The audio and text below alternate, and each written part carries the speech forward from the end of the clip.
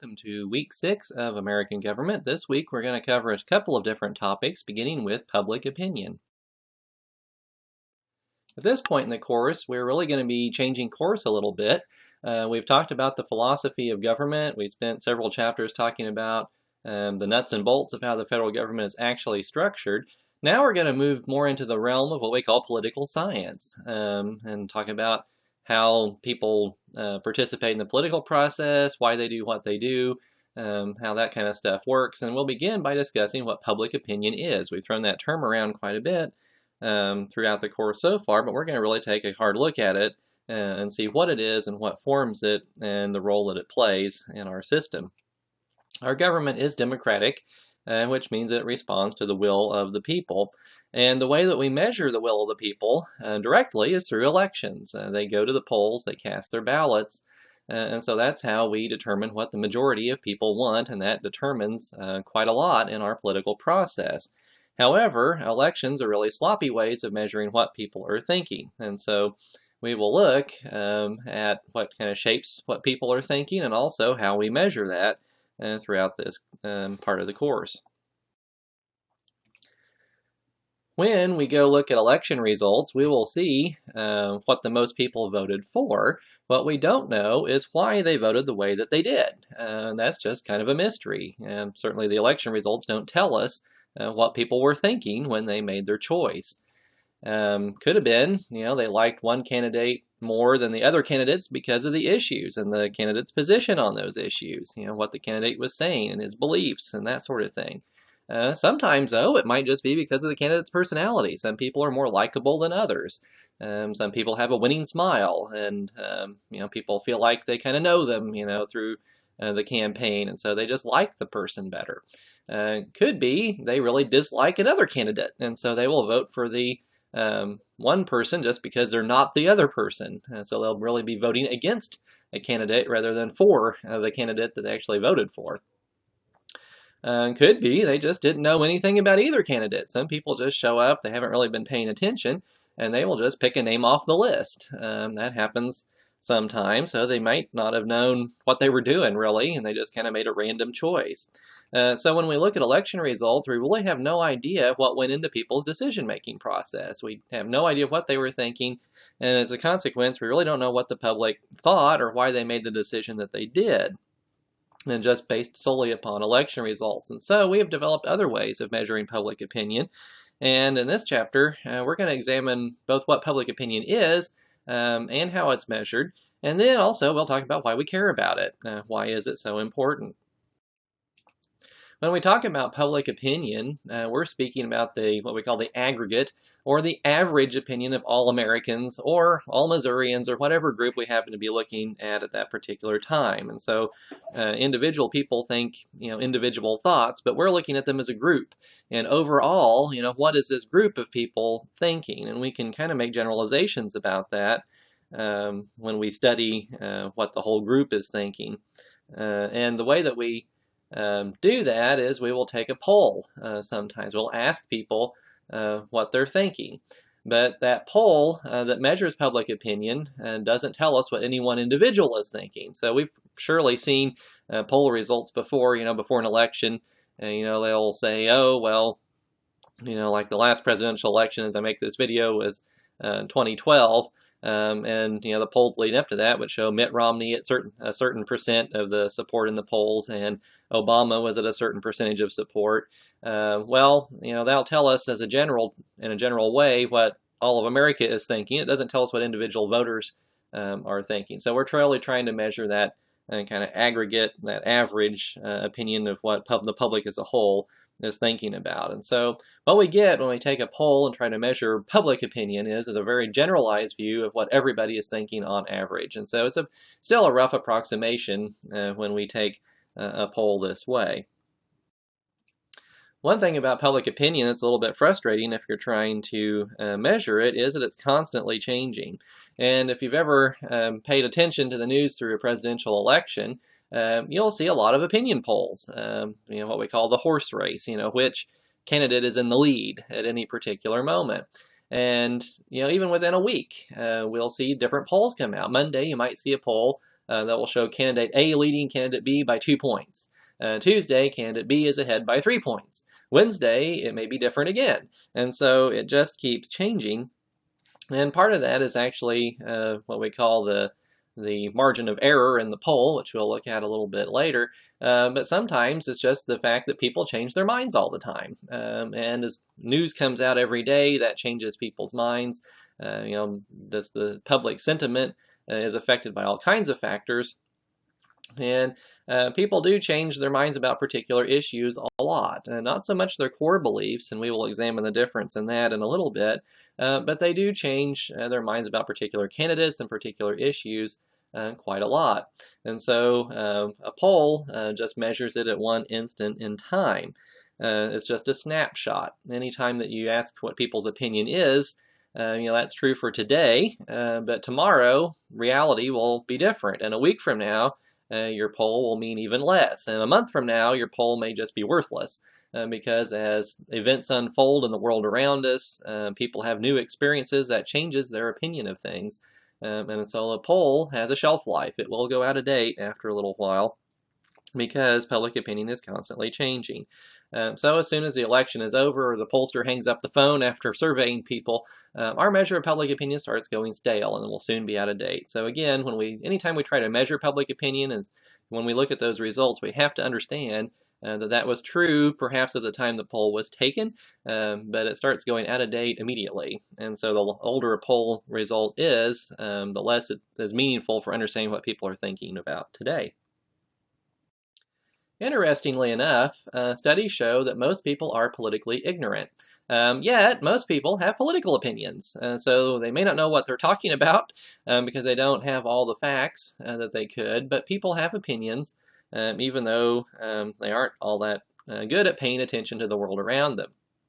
Surveys have found that around 70% of Americans are unable to name the congressmen and 2 senators who represent them in Washington, D.C.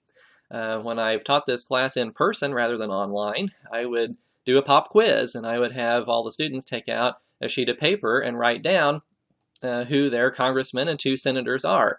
Almost no one ever got all 3. Very rarely would that happen. So, and then they felt a little sheepish. And so at this point, I can't do that to you because it's an online course, but if you don't know who those 3 people are, go find out. And just do me a favor because you ought to know that. Who your 2 U.S. senators and your congressman is that are representing you in Washington. If you can't name those names, that's just a little bit sad. So anyway, that's just kind of a measure. It certainly drove home for the students in my class, how little they actually know sometimes about what's going on in politics and the world around them. And a lot of people are that way. They just don't pay that much attention to government and politics, especially when there isn't an election around the corner. If there's a presidential election coming up, it's hard to avoid political stuff. It's just the news is blanketed. There's commercials on TV. There's debates. There's all kinds of things going on. It's hard to get away from it. But especially between elections, a lot of people just kind of shut that out. It's not that important to their daily lives. They have other things to worry about. Work and school and church and clubs and whatever else that they're doing. Sports, you name it. And so that's kind of just gets shoved to the corner of their mind if it's there at all. So a lot of people aren't paying that much attention to the world around them. So the question becomes, since they're not paying that much attention, should that trouble us? Because this is the same ignorant group of people that are the ones going to the polls and making decisions about our leaders. They're not stupid, they just don't have all the information because they're not paying attention. So should that bother us? Well, possibly it should. And there is some debate about that. Some political scientists believe that people make basically irrational decisions when they vote. When they go into that the polling place, they will look at the ballot paper, they will mark whoever's name is first on the list, or they will go on, who has the winning smile, or wore the best suit in the debate, or whatever the case may be, who their grandma told them to vote for, or whatever. But they don't really make a rational choice based upon, oh, well, I like this, what this candidate says about the issues. I don't like what that candidate says, and they don't really, make a reasoned judgment. They may just make basically an almost random decision based on irrational factors. And some political scientists think that's really what's happening. They may go on things like name recognition, which candidate looks better as a warmer smile, rather than on the important issues of the day. And we certainly know that some people do vote that way. It's statistically, if you're running for office and your name is the first one on the list, you have an advantage. And politicians understand this, and sometimes they'll do sneaky things trying to get their name to be first on the list, because if people don't know all the candidates, they will maybe just vote for the first one. So that happens a lot, and that's understood. So sometimes irrational things do come into play. Other political scientists, though, disagree. They think that people pay just enough attention to get the gist of what's going on around them. They may not be experts on all the issues, they may not know all the details, but they are informed enough to make a rational decision, even if sometimes irrational things do come into play. And so there is some debate about that among political scientists that study these things, how much it actually matters. But on the whole, this is a system we used. It hasn't worked half bad so far. So there is a debate, though, about how much people are paying attention, how much we should be worried about that. And this debate has existed as long as there has been democracy, basically. And again, the core issue is if people are basically ignorant of the world around them, is it a good idea to let their votes decide the future direction of our country? If they're not paying attention like they should we rely on people going to the polls to make these important decisions? Should we let elections, which measure their opinion at a moment in time, that may be based on all kinds of irrational things, control the destiny of the country? And that's a problem that democracies still wrestle with, and that's how much should we let public opinion drive policy? We just had a discussion question about that regarding elected officials and how much we should let public opinion influence their decisions, how much we should trust them to use their best judgment. When we consider that a lot of times the people who are forming public opinion don't know all the facts, it becomes a much more critical question. The Founding Fathers were very conscious of this problem when they drafted the Constitution, and their solution that they came up with was republicanism. And that's the idea that we let people choose the leaders, but then the leaders make the important decisions. And so the only time the people's public opinion directly plays a role is in choosing the smartest, best people to go make the decisions for us. And so we don't rely upon the people to make actual policy decisions, but we let them choose the leaders who will make those decisions for them.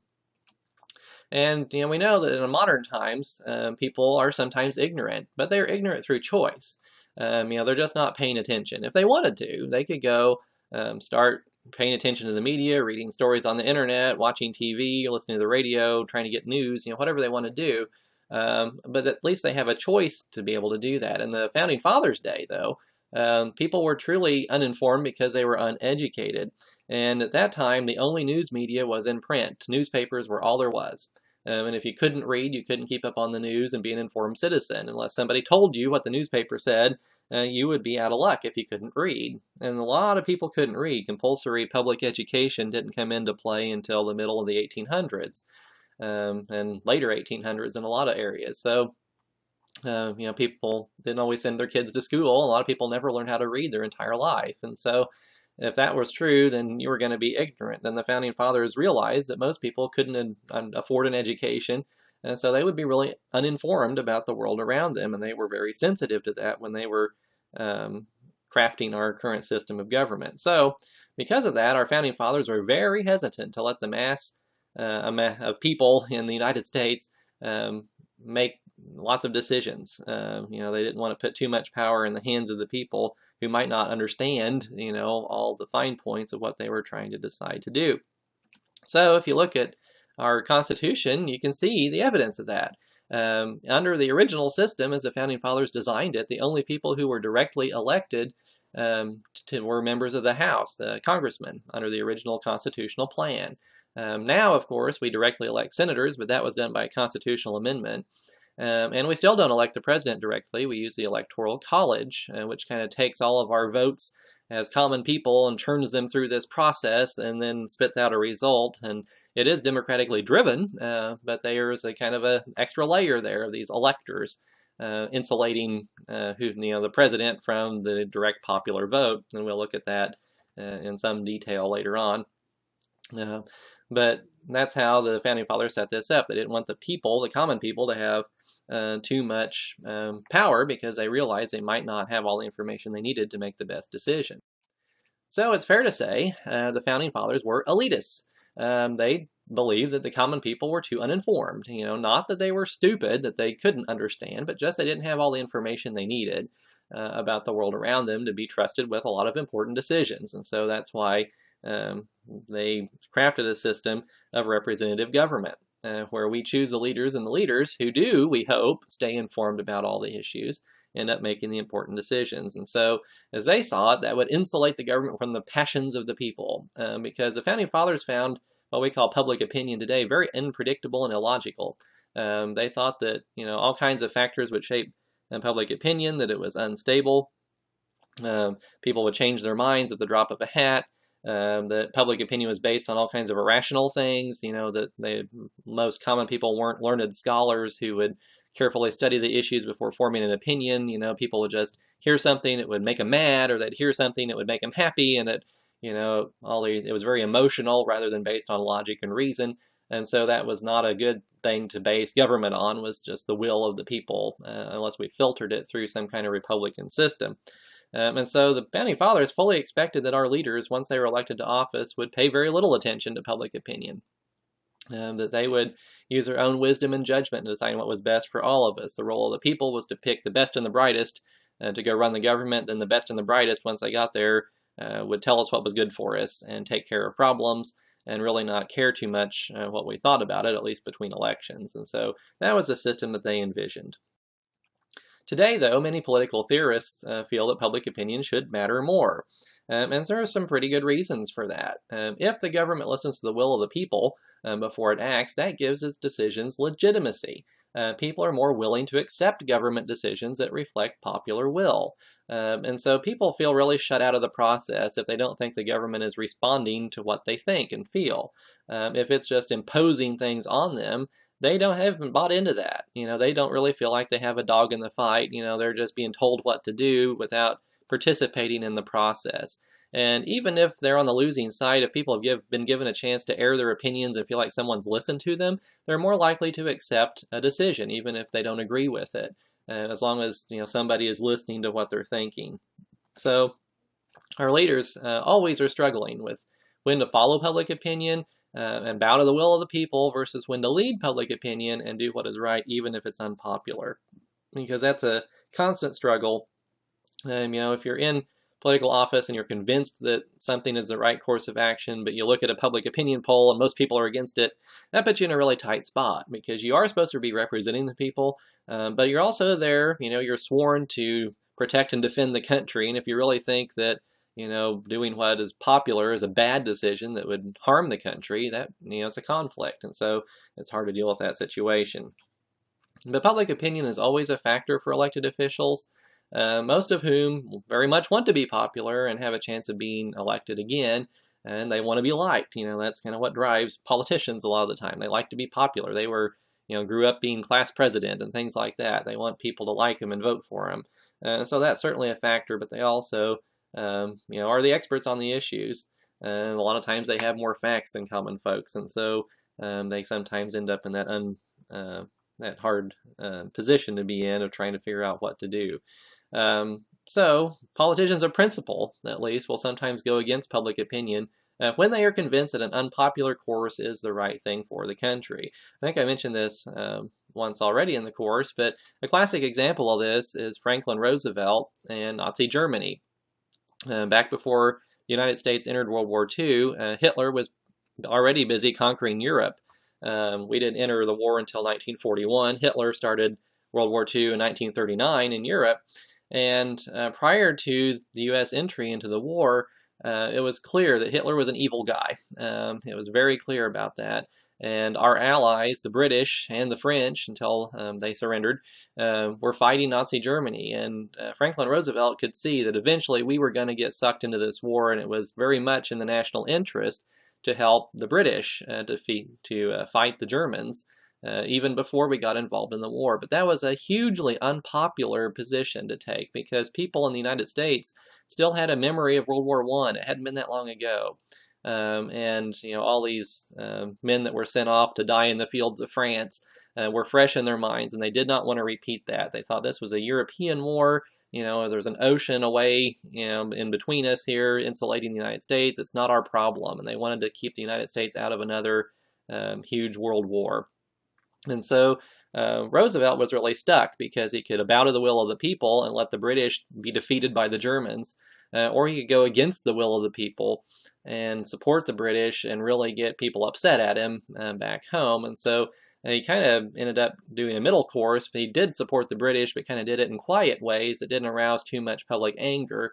But because of his foresight, when the Japanese bombed Pearl Harbor and brought America into the war a couple of years later, we were in a very good position because we had already been supporting the British and sending them equipment and really maybe save the British from defeat. And so we were able to send our troops to Britain and then invade France a few years later and end up helping defeat the Germans. So sometimes politicians are convinced that a particular course is the right thing to do, but it's really, really unpopular. So they're really in a tight spot, but we will depend on them to make the right decision, even if it happens to be an unpopular one at that time.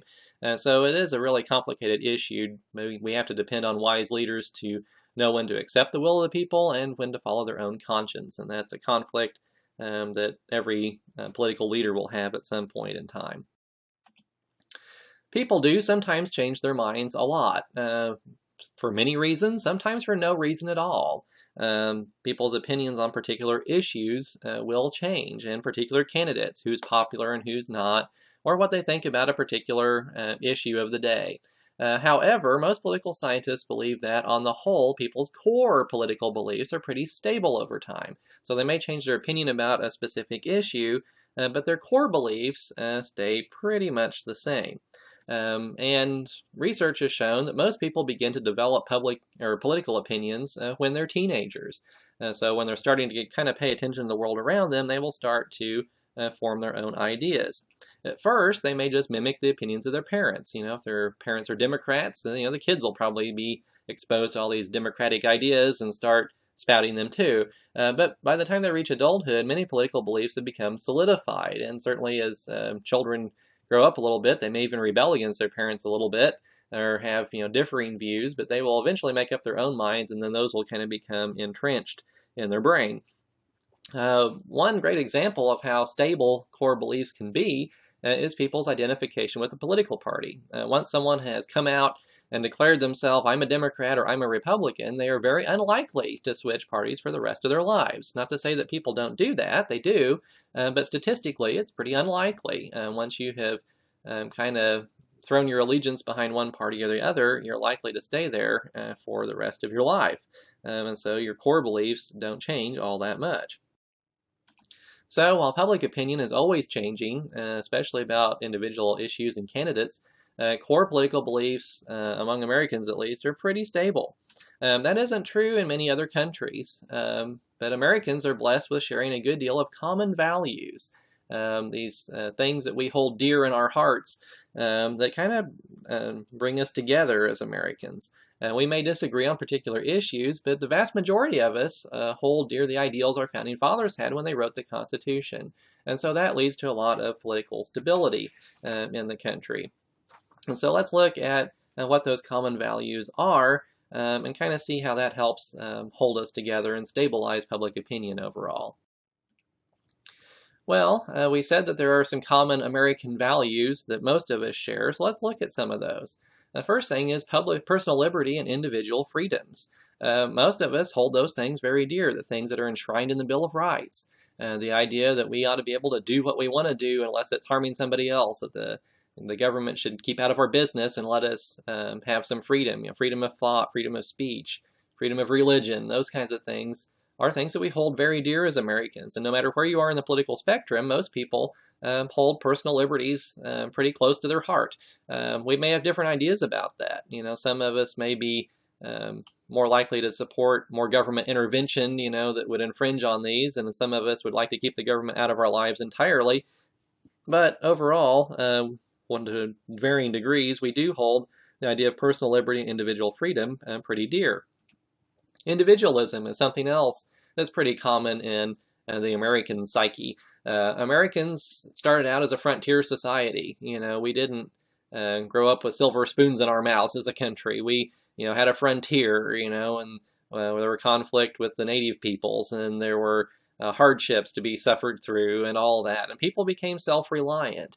And that whole idea of being kind of on the frontier and taking care of your own business without a lot of outside help, that shaped our politics. For the most part, people aren't always looking for a handout. They expect to take personal responsibility, to varying degrees. I mean, some people are socialist and prefer a lot of government help to individuals and providing free healthcare and all kinds of stuff like that. Some people are against that, but that varies a little bit. But that whole idea of American individualism, taking care of our own business, that's something that's fairly common among the American population. That's not true of every country, especially European countries. Some of them are pretty socialist, actually. They think it's perfectly normal for the government to provide all kinds of things. They have really high taxes, and the government turns around and provides lots and lots of services to everybody. Free education, including college, free health care, free this, free that, which isn't entirely free because it's funded through their tax contributions. But, that's not historically what Americans have valued. There is some kind of rugged individualism there, that we all have a little bit of John Wayne in us. And so that has certainly shaped American public opinion. The idea of democracy and majority rule. Almost everyone across the American political spectrum agrees that free elections and a democratic form of government is the way to go. There aren't that many people saying, we should really try out a dictatorship. We've never had one of those. Most people agree that, we should have free elections. Multiple parties should be allowed to govern. Or there's always going to be a few communists out there who want to, turn us into a new Soviet Union, but they're a small minority. Most people believe in democracy and majority rule. Patriotism is another common American value.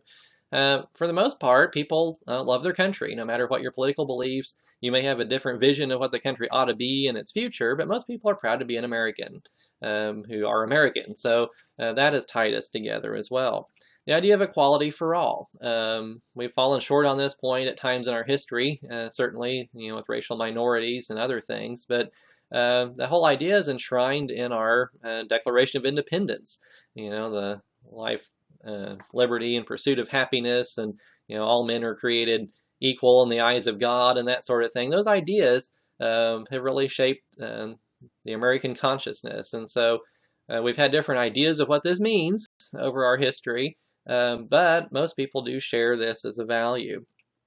The idea of capitalism is something that ties us together. Economic freedom, the ability to own private property.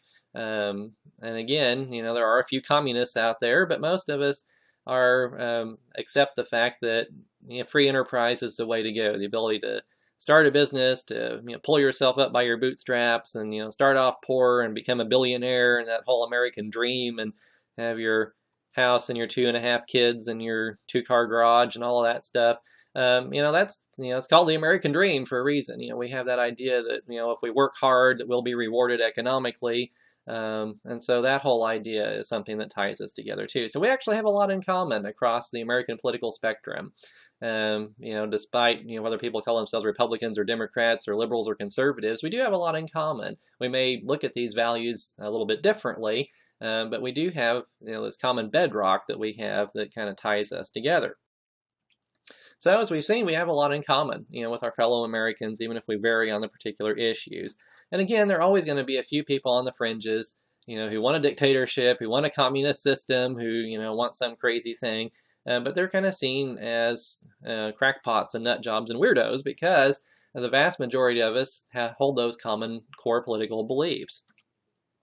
So many of us share these beliefs that it helps bind us together and stabilize the political environment of our country. And again, a lot of countries aren't that lucky. There are countries around the world, the communists will win, a significant amount of votes in every election, who would like to see a one-party system where the state owns all the property and there is no free enterprise and that kind of thing. But in our country, most people are pretty close to the same page by comparison. Our political spectrum from one end to the other isn't really that wide compared to a lot of countries around the world, and that gives some stability to our public opinion because we do have so much in common. It's not to say that we can't disagree about how to implement these ideals. These different ideas will mean different things to different people, and we'll look at an example of that here now. One of our values that we looked at was equality for all. Well, people will interpret that very differently. That's a common value among most Americans, but what it actually means in practice, people can disagree on. For some people, this would mean implementing a policy called affirmative action. And that's where we have a preference given to racial and other minorities for jobs, admission to college, that sort of thing. And the idea is to remedy past discrimination because we know that throughout American history, some groups have suffered discrimination, and so we would try to make that right now by using preferences when we're hiring for particular jobs, when we're letting people into the best colleges. We'll give a preference to these racial minorities that have historically been discriminated against, kind of give them a leg up, to put them in the place they should have been all along. We'll give them a little helping hand along here. And so proponents of this policy would argue that it furthers equality by making up for past inequalities. So they were wronged in the past, and so we'll give them an extra helping hand to make it right now. Opponents would argue that it just turns the tables and discriminates against the racial majority. So it's just treating a different group unfairly. And so they would say, well, this is just reverse discrimination, and discrimination is discrimination. It's wrong. That we should treat everyone equally, no matter what the color of their skin is, or their ethnic background, or their gender, or whatever. And so this is just perpetuating discrimination. We just reverse who the target of the discrimination really is. And so we can have a healthy debate about that. And both sides believe in equality for all. They just have very different ideas about what that means. The proponents of the policy would say, well, equality means, we help these people who have been oppressed in the past. Opponents would say, no, you're just, oppressing a different group now. And so they can argue about what this means. So we can disagree about the issues, but we're all striving toward the same ideal. Both the opponents and proponents of this policy would still say they believe in equality. But what that means to them individually is very different. And so most Americans who disagree on the issues will still have a lot of common ground in terms of the core values. What we think those values mean may differ, but we still share those values. Since we have these shared values, that really tends to stabilize public opinion because most Americans are on the same page in terms of their core beliefs. And so that limits the amount of disagreement we have.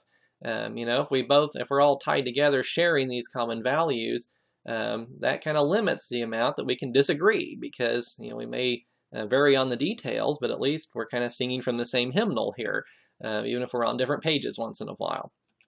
Most people don't want some huge change in our system of government in any fundamental way because it already reflects our common value system. We've already bought into it. We believe in the America we have today in the system of government that's set up.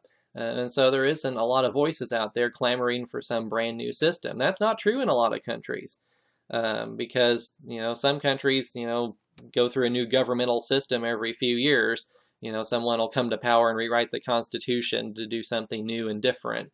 And we just don't have that in America because we have bought into the system. The system that we have reflects our beliefs as a whole. And so we believe in it, and we're not looking to make great big changes. And so that really gives us a stable political environment, which is a huge benefit because we know how predictability and stability and certainty helps us plan for the future and do great things. And so this is really an advantage of the American system. As I said, many countries around the world are not bound together by common values in this way. There may be groups who believe in democracy and capitalism and other groups that believe in communism or some kind of form of dictatorship. When you have people who are that far apart, who are such polar opposites, it's really hard to find common ground and kind of bring people together and compromise. If you don't have anything in common, it's really hard to come to a compromise everyone can live with because they're just too far apart. These sharp kinds of disagreements often lead to armed conflict and revolution. When you can't come to a political compromise, when you can't find enough common ground, people get tired of arguing eventually and will go grab a gun and try to make things happen.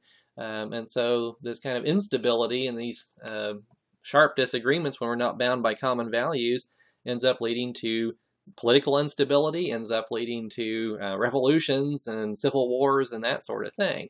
If you have a large part of the population that's not bought in to the value system their government is based on, they won't respect it. They're more likely to try to go outside the system, because if they don't believe in the system, they don't think there's a place for them in the system, they'll try to go outside the system and again grab a gun and go try to make changes happen.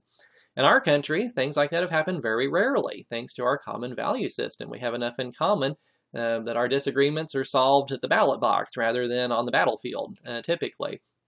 When we want change, we're willing to work within the system because we all believe in the system. There is no need to go outside it and start shooting at people, because we believe that the system will eventually work. And so we're willing to have battles of ideas sometimes, but not battles involving bullets. And so that's really been a tremendous benefit to our country. The only times Americans have really taken up arms to try to fundamentally change our system of government was first during the Revolutionary War, and then during the Civil War. So that's the last time was in the 1860s. So we've been very lucky to have so much common ideological ground to work with. It's really produced a huge amount of political stability, allowed our country to thrive and grow without any of these kinds of disruptions that a lot of countries around the world suffer through, because they're not all on the same page politically. They don't have those common values tying them together. So we've seen our common values create a lot of stability in American public opinion. And that is not to say that fundamental changes never occur. They do. But when they do, it's not the kind of earthquake that we see sometimes in other countries. But as an example of when this happened, prior to the 1960s, clear up through the 1950s, and part of the 60s, most Americans accepted racial segregation as a perfectly normal way of life. They didn't see anything wrong with it, and by and large, and they were ready to accept it. And especially true of white America, at least. Well, that attitude has completely reversed itself, within living memory. If not us, then our parents or our grandparents, can remember times when black people rode at the back of the bus. That was just an accepted way of doing business, but that has completely reversed itself. People change their views on specific issues all the time. And as an example of that, of a fairly specific issue, in recent memory for me, maybe not for you if you're young enough, but just take my word for it, the Iraq War that started in 2003 was very popular when it began. People were waving American flags and rooting for America and all that. Well, then it kind of bogged down and wasn't going so well and became unpopular. And so people changed their minds about it and was this really such a good idea? Well, and it was very, very unpopular for a while when it looked like it was going very poorly. Well, then when things on the ground in Iraq changed a little bit and there was some more success, people changed their minds again, and it became more popular. If you look at opinion polls, their approval of the war went up again. And so people do change their minds about these specific issues a lot, but fundamentally beliefs change. Rarely change very quickly. If they change at all, it usually happens fairly slowly. And so that gives our system a whole lot of stability. When we have slow, kind of predictable change, it helps keep things kind of on even keel without too many disruptions. Most changes in fundamental beliefs are gradual, and they really stem from the natural process of old voters dying off and new ones coming of age. And so by definition, that's a very gradual process. But each generation experiences different things that shape their political outlook. If you look at the generation that lived through World War II and the Great Depression, they had a very different outlook on life than those who came of age in the 60s or during the Clinton years in the 90s, for that matter. If you've maybe you would live through that yourself, I don't know. But if not, if you have a parent or grandparent who lived through the 30s or 40s, had a chance to talk to them, they have a very different outlook on life. They lived through some really hard times. They're pretty likely, instead of going out to eat and have a good time, they'll be stuffing money under the mattress, because they remember that, in an instant it can all be taken away and we'll be, eating nothing but potatoes for a year, and I have had grandparents that lived through that, and grandparents-in-law, and they have a very different outlook on things. They're kind of a little more grim, I guess, because they know, times can get hard, and that really shapes their outlook. The baby boomers who came of age in the 60s were a little more free-spirited. The kids that came of age in the 90s, when times were fairly good, the economy was roaring along, they have a very different outlook on things. And so from one generation passes the torch to another, we'll have some fundamental beliefs that change, but that happens fairly gradually, which adds to our stability. But eventually old voters are replaced by young voters, and so public opinion will shift as those generational outlooks shift. But again, that process is pretty gradual, allows us to keep a lot of stability in public opinion.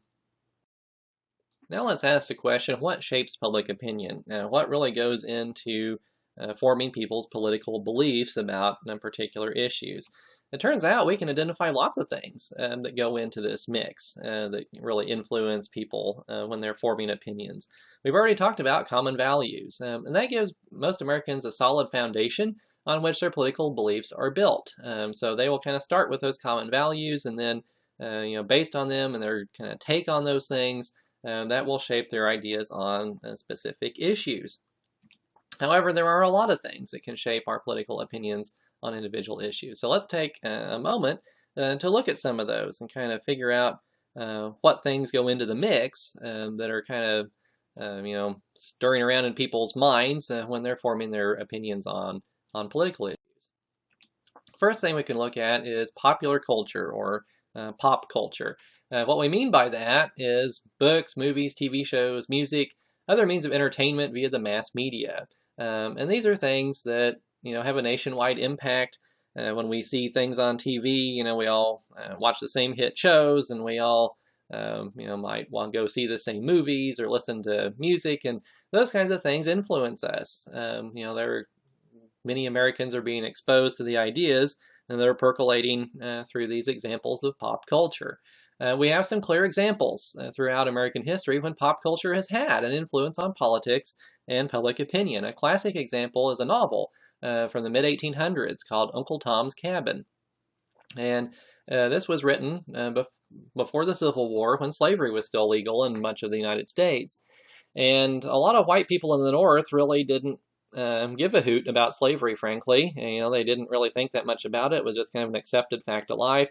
They had some kind of vague idea that black people weren't able to take care of themselves, and that the white people who were owning the slaves, were kind of, these benevolent masters who, were looking out for these poor folks who just couldn't take care of themselves, and they would provide for them and give them something to do that was productive, and wasn't that really nice of them? Well, the novel Uncle Tom's Cabin was a fairly gritty, I guess, take on what the life of a slave was like. And people in the North started reading this book, and they're like, oh my goodness, it's not the little paradise that we were led to believe at all, because Southern whites who were slave owners kind of perpetuated this idea of they were these benevolent masters that would, really love their slaves and took care of them, and, they would be lost without someone telling them what to do. And Uncle Tom's Cabin kind of destroyed that notion. And so people in the North really changed their perception of slavery. And so that really gave a boost to the whole abolitionist movement that wanted to outlaw slavery. It made white readers in the North really think differently about the whole institution of slavery, and kind of shaped American public opinion in an important way leading up to the Civil War. They were less accepting of the institution of slavery once they had a better idea of what was really going on down there in the South. And so that really had a huge impact on American public opinion. Another book, a novel that came out in the early 1900s, was called The Jungle.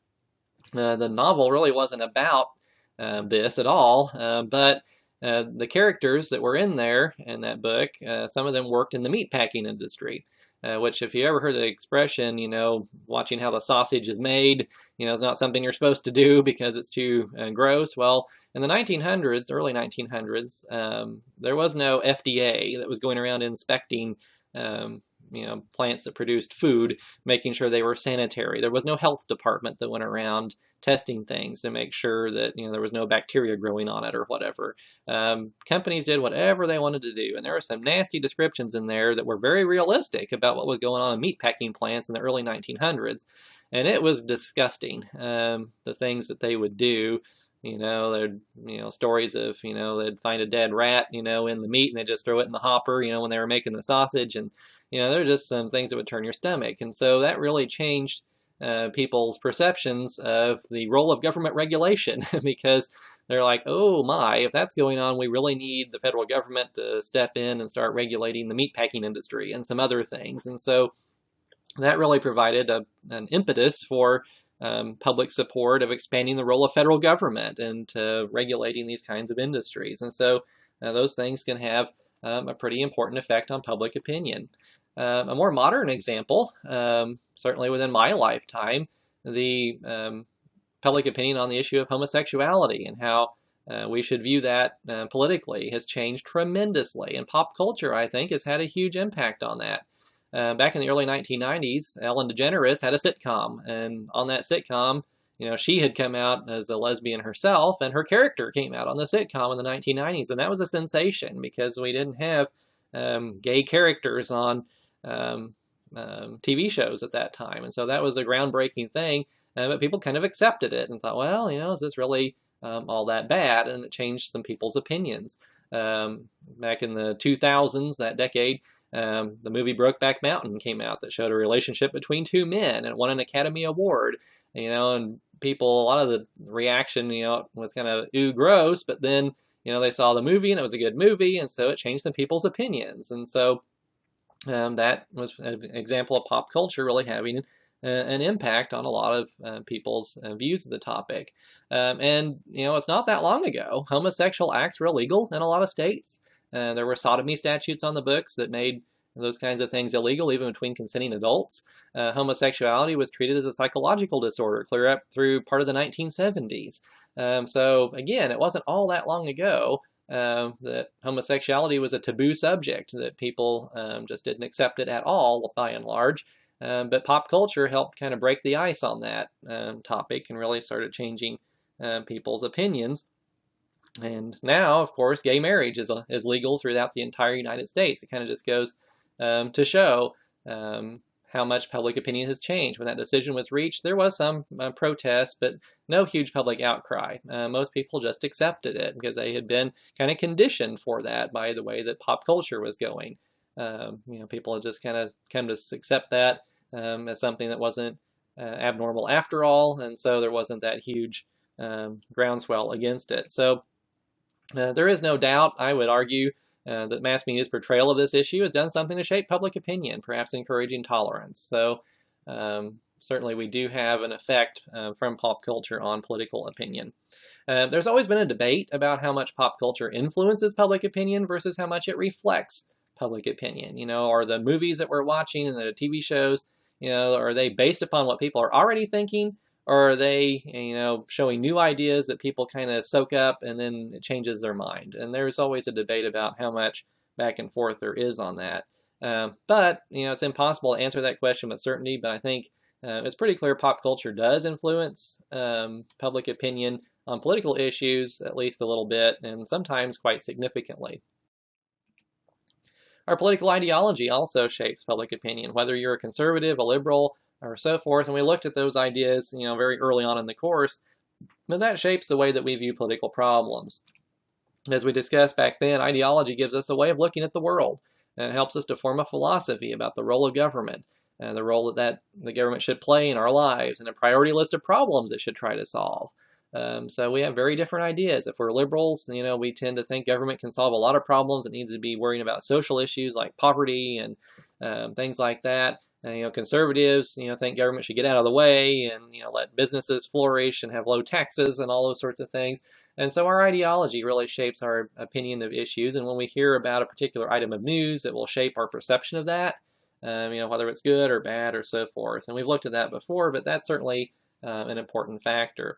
Our family is a factor that shapes our political opinions. Kids' beliefs are clearly influenced by their parents. That's been shown by research that kids tend to soak up their parents' beliefs and kind of parrot, what their parents are saying around the dinner table about, political issues. And once, kids start to come of age, of course, they'll form their own ideas, and sometimes completely at odds from their parents. But our outlook on the world and even in politics specifically is heavily influenced by those who raised us. That is going to be a factor that goes into the mix. School is another factor on forming our political beliefs. People with college educations, on the whole, statistically, tend to be more liberal, especially on social issues. Why is that? Well, some people would argue that liberal professors are busy indoctrinating students. Or it could be that college just opens our minds to new ideas, makes us, think about things in a different way. Who knows? That's an issue that'll probably be debated to the end of time. But however you look at it, education does have an effect on political beliefs, and you can look at that statistically, that people with college educations tend to have different political ideas than people who, are high school graduates or whatever. So education does have an impact on what we think about the world around us. The people around us influence us. And the people you hang out with, maybe you don't have that strong of political beliefs yourself, but all your friends are Democrats or all your friends are Republicans. That will kind of seep into you a little bit. We've all heard about peer pressure, certainly. If you're hanging around with a group of people that all think the same way about an issue, the odds are you're kind of go with the flow a little bit. And it's not just your close friends, but maybe even the region in which you live. Southwest Missouri is overwhelmingly Republican. So as you go about your daily life in this area, most of the people you run into, that you talk to, that you live next to, are going to have certain political beliefs. Not all of them. But, on the whole, the people you run into will all think a certain way. And if you keep hearing the same things from, different people that you run into, kind of soaking that up, that could have an effect on you. You hear something long enough, it might influence your opinion. So those are things that can indeed have an impact. Religion is another issue that can shape public opinion. Our religious beliefs can have a profound effect on our political beliefs. A good example of that is the issue of abortion.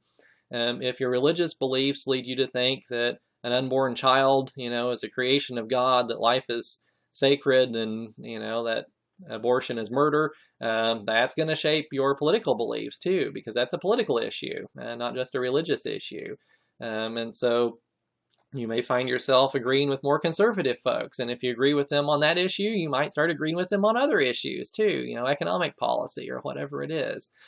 So that can have a profound effect. Our religious background gives us a lens through which to view various political issues, much like political ideology does. And so that's part of our core belief structure in our minds that will, this kind of shapes the view of events that we see happening in the world around us. Our religious background, really shape how we perceive the world around us. The news media doubtless has an effect on public opinion. How the news is presented to us shapes our perceptions of the outside world. Since most people obtain their knowledge of what's going on around them from the mass media, how that information is presented is going to have some kind of effect. How news stories are told to us may lead us to view an issue a particular way, maybe intentionally, maybe unintentionally, but that will shape our perceptions of the world around us. Even what issues the media chooses to report on influences what we think and is important. There may be stories that aren't widely reported by the media. So if we never hear about them, that's never going to influence us. But other things, that the media does pick up and decide to report to us, that's going to seep into our minds and will shape our perceptions. And we will discuss the media's role in detail a little bit down the road here, very shortly. But the news media can have a huge effect on how we perceive the world around us because, again, that's where most people receive their information. And so how the media handles a particular news story can really shape our ideas about it and what's going on in the world around us. External events can have a huge impact on us as well. Sometimes, some world event will happen that shapes political opinion a great deal. A great example in the fairly recent history is 9/11, the terrorist attacks in 2001.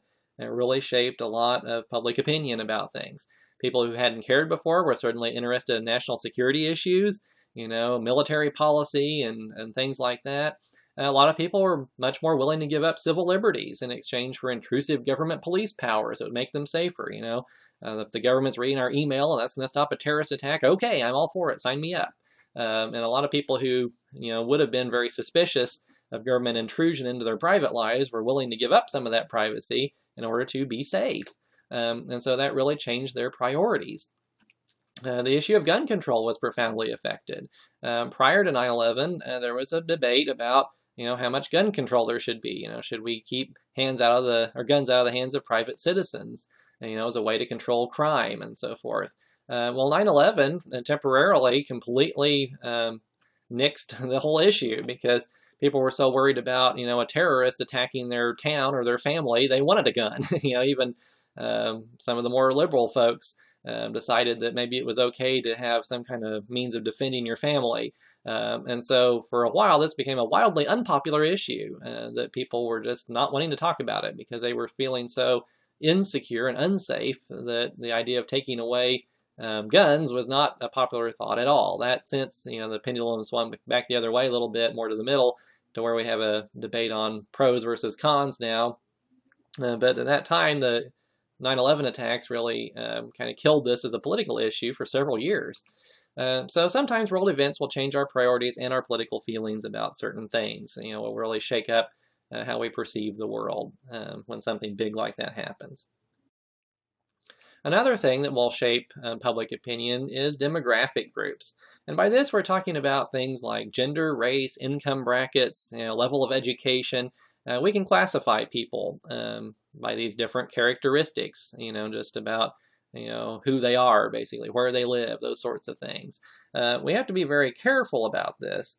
But statistically speaking, demographic groups that you belong to will make it statistically more or less likely you will hold certain political opinions. And again, we have to tread very carefully here because something can be statistically true about a group of people, but you cannot say that an individual, because they are, a black person who lives in the inner city and makes less than $50,000 a year, you can't say that, well, of course they believe X, Y, and Z. Well, that's not true. We can't, reason that way. But as a whole, we can make certain generalizations about demographic groups. And statistically speaking, black voters are much more likely to vote for Democratic candidates than Republican candidates. That's just borne out in every election result. That does not mean there are no black Republicans. Recently, the chairman of the Republican National Committee was a black man. As I make this video in 2015, and there's a black man running on the Republican side for president. So, this doesn't mean that all blacks are Democrats or all black voters vote for Democratic candidates. But statistically, if you take the group as a whole, you can make some generalizations about that. And so being a member of a demographic group statistically has an effect on your political opinions. Demography just really does seem to have some kind of effect. Women tend to be more liberal on social issues as a whole. Of course, there are some very conservative women out there, but if you take the group as a whole, you can kind of draw some general conclusions. And so demography has an influence on voting patterns as a whole. Does all this mean that your race or your gender causes someone to hold certain political views? Probably not. But there is a statistically significant trend there that you can't really ignore. Economic class is one thing that has an effect as a demographic group that affects your political views statistically. On the whole, folks with high incomes often want lower taxes and less social spending, which leads them to vote more conservatively. And so we can make that generalization. On the other hand, people with lower incomes often benefit from social spending, often tend to have more liberal tendencies on that score. But if we look at upper income voters again, they tend to be more liberal on social issues. And so it gets pretty complicated, but looking at the numbers, we can start to kind of see some trends there. And religious affiliation, we already talked about religion a little bit, but how you classify people demographically, by religious background, that has an influence on what political party they tend to identify with. Religion used to be a more significant factor than it is now, but Catholics still statistically on the whole tend to vote for Democrats, and so do Jewish voters. And so you can kind of draw that generalization. On the other hand, what we call evangelical Christians tend to vote Republican. They tend to be more conservative. And so how you're classified demographically by your religious affiliation tends to affect your political party affiliation, at least statistically speaking. Ethnicity was closely related to religion in the past, certainly, and that used to play a very significant role. European immigrants, in the early part of the 1900s especially, many of whom were Catholic, used to be overwhelmingly Democratic, and that persisted throughout much of the 20th century. That has leveled off, though, such as groups such as the Italians and the Irish, tended to become assimilated into American culture. And as that happened, their political leanings became more evenly split between the two parties. And so when they landed on American shores, they tended to kind of vote as a block almost. They all kind of had similar hopes, dreams, aspirations, and problems. And so they kind of voted the same way. But as they kind of became ingrained in American society, and some remained more poor, some became richer and, got better jobs, and, their children ended up becoming, identified just as Americans rather than as Italian Americans or whatever the case might be. They just kind of blended into American society as a whole, and so that became less statistically significant. Right now, Hispanics as a whole tend to vote more Democrat than Republican. That may be because Hispanic voters have not yet assimilated as much into American society, maybe because of language and cultural barriers, and maintaining a separate identity, and so they tend to vote more together right now. Now, as time goes on, and as Hispanic children grow up, being native English speakers, and tend to kind of be part of the overall American culture rather than having a separate community, that may change, and those votes may get more evenly split as assimilation kind of carries on. But certainly your ethnic group that you belong to, demographically, statistically, can have an effect on your political opinions. So again, we have to be very cautious. You cannot say, this person is an upper income Catholic white male, they must vote for Democrats. It doesn't work that way. Statistically, they may be more likely to vote that way, but you certainly can't make conclusions about individual voters or people's opinions based upon this. It's impossible to determine how an individual feels based on demographic characteristics, but it's true that members of various demographic groups tend to be more likely to hold some views than others, and so that apparently is a factor on influencing your political beliefs. Let's talk now about measuring public opinion. We know what it is. We know some things that influence it. How do we actually measure it? Well, we already mentioned this before, but elections are a really lousy way to measure public opinion. They give us a result, but they give us no details on why people decided that the way that they did. We have no idea what was going through their minds, what was important to them, what they ignored. None of that information is possible to obtain from just an election result. And so political scientists, people who study this stuff, and politicians who are trying to get elected are often very interested in discovering not only what people are thinking, but why they're thinking that way. What are their priorities? What are their beliefs that led them to make this decision? And so they really want to study that, and the best way to study it is to measure public opinion through what we call an opinion poll. And we will ask people about their beliefs, and we will tabulate those results and use statistical models and things to draw generalizations about what large groups of people are thinking by asking just a few of them. And so that's what we're talking about when we speak about an opinion poll. Polls are done by contacting a number of people and asking them what their opinions are, and then recording the results. At its core, it's just really that simple. And that can be done in a number of different ways. The historically most popular way is on the telephone. They can be done by going door to door and just knocking on doors and asking people. You can stop people in a public place, like a shopping mall, and ask them what their opinions are. There's even online methods of doing it now, and so just a number of different ways. But however we do it, we ask people what their opinions actually are. Like any measure of public opinion, polls do have their drawbacks. As we mentioned earlier, they are true at the moment they are taken, but public opinion fluctuates, and so the older the poll is, the less it will actually mean. It goes stale. It has a shelf life. Also, this is very important, we can't ask everyone what they are thinking. That would be too expensive and time-consuming to be practical. If we wanted to know what people across America think about who they want to vote for president, and we wanted to ask every single voter, we couldn't do it. There are tens of millions of people that we would be interested in talking to, and we can't reach them all. Not all of them would be willing to talk to us, even if we asked. The election would be over, and it'd be 5 years later before we got everyone talked to. So it's just not practical to do that. So instead, what we will do is talk to a small group of people that we will use to represent the whole population, and that is called our sample. And how we choose that sample and how many people we ask ends up being critically important on how much that we can trust this poll. The larger the size of your sample, the more accurate the poll is going to be. And so that's a critically important thing to understand. If you want to know which candidate the American people will choose for president, as we said, you can't ask every American voter. You'll just have to ask a few or a sample. And the size of that sample directly determines how accurate your poll is going to be, how much you can trust the results. Let's say that there's 100 million American voters, okay? And so you have to choose a sample because you can't talk to all 100 million. So let's say that you only ask 10 people. Well, you're using 10 people to represent 100 million. Well, your poll's going to be extremely inaccurate because, the odds of those 10 people accurately representing all of America is pretty poor.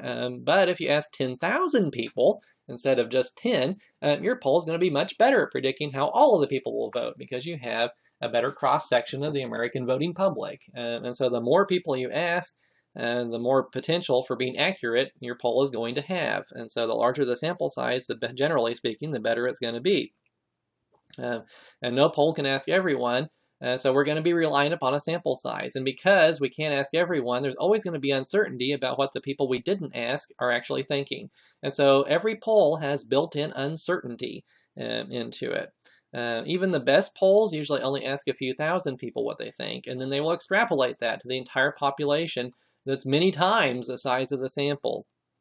And if you look at a poll result, they will always have a margin of error on them of several percentage points, maybe plus or minus 3% or plus or minus 4%. That's because we can never be sure that the sample we chose accurately represents the entire population. It's always possible if we're going to go, maybe unlikely, but if we're going to survey 10,000 people to represent 100 million American voters, okay? Well, it's possible that we asked the wrong 10,000 people, that we'll go out and just randomly choose 10,000 Democrats, and not get any Republicans in the mix or something like that. So there's always going to be that chance, however small, that we got it wrong. So no matter how good your poll is and how professionally it was conducted, there's always going to be that level of uncertainty just because we can't ask everyone. And we're going to be drawing conclusions from a fairly small sample size, and so there's always going to be that built-in uncertainty. Not only the size of your sample that determines the accuracy of the poll, but also the way the sample is chosen can directly affect the accuracy. Let's take an example here. Let's say that you want to take an opinion poll about the opinion of Americans as a whole about a particular issue. But the sample that we choose is people who subscribe to a magazine called California Artichoke Farmer. Okay, well, as the people who read that magazine, are they going to be a true cross-section of the American voting public? Probably not. Odds are, if they read that magazine, they're going to live in California in a rural area somewhere and farm vegetables. Okay, are they going to represent accurately the things that are affecting the opinions of auto workers in Michigan, bond traders in New York City, or Walmart cashiers in Georgia? Probably not. That's not a sample that accurately reflects the American voting public as a whole. And so we did a bad job of choosing our sample. We may have talked to 10,000 people who read this magazine. We think, oh, that's a pretty good number. But we picked the wrong 10,000 people. This group as a whole does not reflect American society accurately. They may be 100% white. There's no racial minorities involved at all. They may all live in rural areas with no city dwellers at all. So there's just lots of things that make this not an accurate representation of the American public. And so how we pick the sample is just as important as the number of people we pick to sample. So good polls try really hard to pick a sample of people who reflect the whole population they're interested in measuring. They're going to really go out of their way and try to not only pick a large number of people, but also a number that accurately reflects the American population as a whole. So, for example, if the whole population of Missouri, let's say, is 10% Hispanic, well, then it would be good if our sample size, if we're trying to survey Missouri to try to figure out people's opinions, if our poll sample also included 10% Hispanic voters, that will help ensure that we can accurately extrapolate the result of the poll to the entire population. We try as much as possible to make sure our sample mirrors the whole population. And so that's critically important. When we look at opinion polls, especially around election day, there will be polls of what we call likely voters. Well, this type of poll tends to be more accurate than a regular poll because it's not asking just anyone who's a registered voter, but it's trying to kind of zero in on the people who will probably actually go to the trouble of voting on election day. And the sad truth is, in many elections, less than half of registered voters actually get out and cast a ballot. So if you're taking a poll and your sole category, sole criterion for choosing people in your sample is people who are registered to vote, well, a lot of the people you talk to actually aren't going to go vote. So if you're trying to figure out what the result is going to be on election day, what you really need to do is zero in on the people who are likely to actually go to the trouble to drive to the polling place and cast a ballot. And those other people who aren't actually going to show up on election day, if you're talking to them for your poll, they're just going to cloud the picture because they're not going to go vote anyway. And so if you get them in your results, that's just going to muddy the waters a little bit. And so these polls will try to actually zero in on people who are likely to go vote. And so if you end up getting one of these calls, and I've received calls at my house several times from pollsters who were trying to ask my opinion on different things, politically and so forth. Well, a pollster, when you pick up the phone, first they'll ask you about questions to determine if you're likely to get out and vote. And they'll ask you if you intend to go vote, just come out and ask you. And they may ask how strong your opinions are, because people with strong opinions are the ones who are most likely to go cast a ballot. They may ask you if you voted in the last several elections, because if you voted in all, in the last 16 elections, it's pretty likely you're going to go vote in number 17. And if you didn't go vote, the last 3 times, you're probably not going to go vote the next time. And so all of this is an attempt to get a more representative sample of the people who actually show up on election day. And so if we're trying to measure what the result of an election is going to be in advance, this type of poll is usually a lot more accurate. When we take a poll, the way that we go about it can really affect the accuracy of the poll. We really have to be careful about how we word questions. The trick is that good polls do not ask leading questions, and a leading question is one that suggests the answer to the question. And that makes it more likely that the person who's answering the question is going to want to agree with the questioner. And if you ever watched court shows on TV, you may have seen someone object, objection, Your Honor, leading the witness. Well, when that happens, what's going on is the question suggests the answer. And the classic example is, you beat your wife, don't you?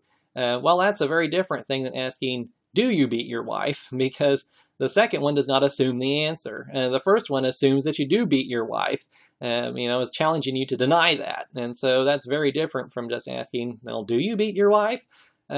So again, a leading question tends to skew the answers because people will kind of naturally be tending to agree with the person asking the question a lot of the times. And so usually they're not being accused of something like this in a poll, but they have to be very careful not to suggest the answer and just see what people think, by being having questions that are neutrally worded, that don't try to promote one answer to the question over the other.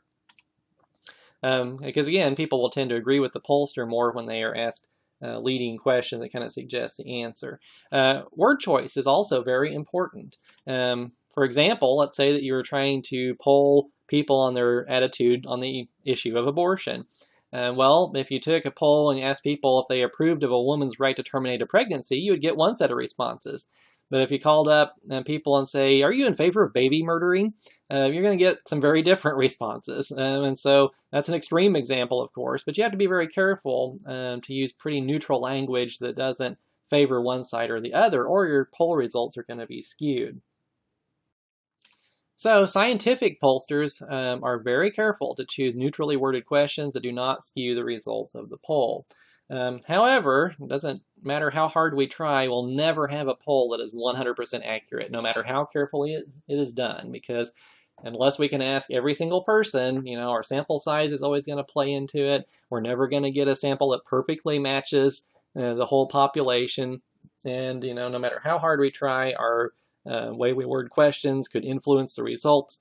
And so with all these factors, there's always going to be a built-in margin of error, and there are going to be unavoidable uncertainties. So if you look at a poll result, always take it with a little grain of salt, because, we can't have a perfect poll. It has never been done.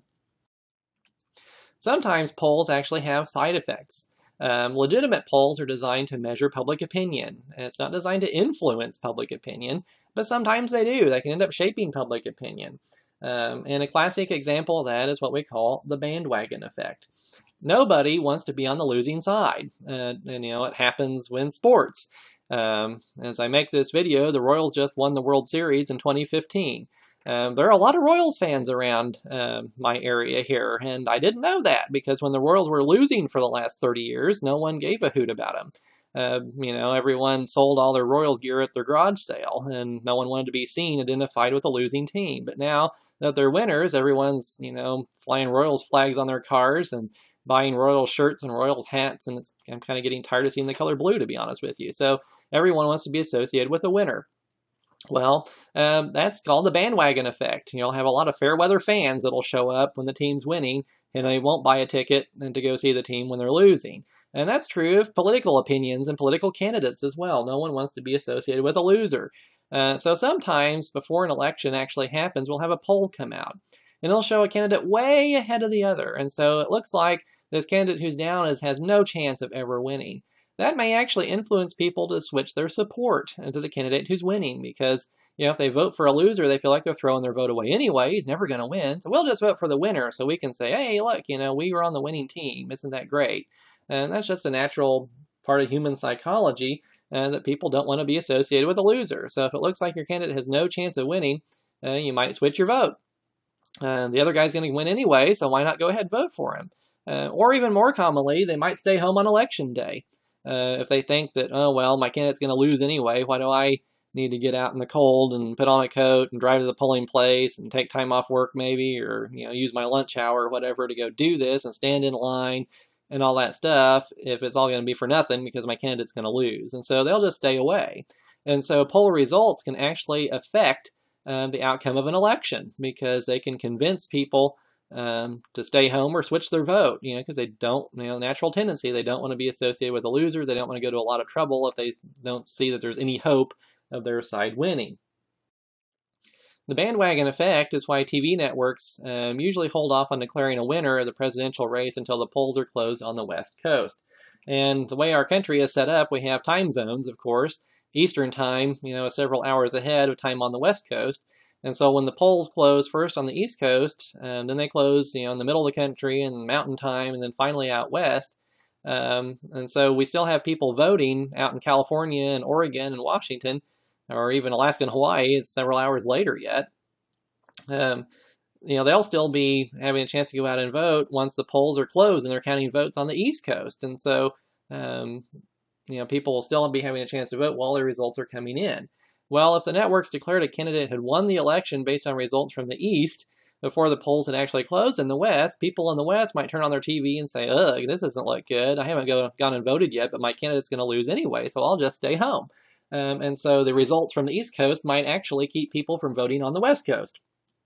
And because if those voters out West thought they could no longer influence the outcome, then what incentive is there to actually go out and vote before the polls close? And so even unintentionally, TV networks might throw an election result in this way.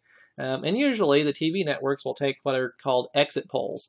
They will stand outside the polling place and talk to people who have just voted and ask them how they voted. And usually those can be pretty accurate at predicting the outcome. And so several hours ahead of the polls actually closing, the people taking these polls may know, how the election's going to go. But TV networks usually will not release these results until after the polls close in a particular state. And so if they are doing exit polls in Maryland, let's just say, they may know how the voters of Maryland are turning out and what they're voting for, but they won't announce those results until the polls are closed in that state because we don't want to influence the people who might still go out and vote in that state because they might stay home if it's not going their direction. Well, we've seen how polls can unintentionally affect the results of an election. Some things that are on their face appear to be a poll can be used by ethically challenged candidates to influence public opinion on purpose. Let's look at an example here. Let's say that Smith and Jones are running against each other for governor of Iowa. The Jones campaign might be sneaky and conduct a fake poll. And what they would do is they would call people and ask who they were voting for. And if they answered Smith, And the caller would say, well, did you know that Mr. Smith has been previously convicted of drunk driving 12 times? Would that change your vote? And if they say, oh, well, maybe so, I don't know. Then they would say, well, did you know that Mr. Smith has cheated on his wife? Would that change your vote? Well, maybe, I don't know. Well, did you know that Mr. Smith spends his spare time torturing little puppies? Does that change your vote? And whatever it is, they'll dig up all this dirt on the opposing candidate. And so by talking to these people, they're really not interested in finding out what their opinion actually is. The purpose of the call is to fill the voter's mind with negative impressions of the opposing candidate. And this is what we call push polling. It's not trying to measure public opinion, it's trying to push public opinion in a different direction. And the caller is not actually a scientific pollster. This is just an unethical political operative who is trying to change people's minds. And so this is not really a poll at all. It's just a dirty campaign trick that's designed to push the voters into voting for a different candidate. And so this has been used in the past and probably will be in the future, just kind of trying to change people's minds. And it's sneaky and dirty, but it does happen, perfectly legal, and just kind of unethical. So anyway, that has been our little whirlwind tour of the world of political opinion and opinion polling. That's part one for this week. I will see you in the next part.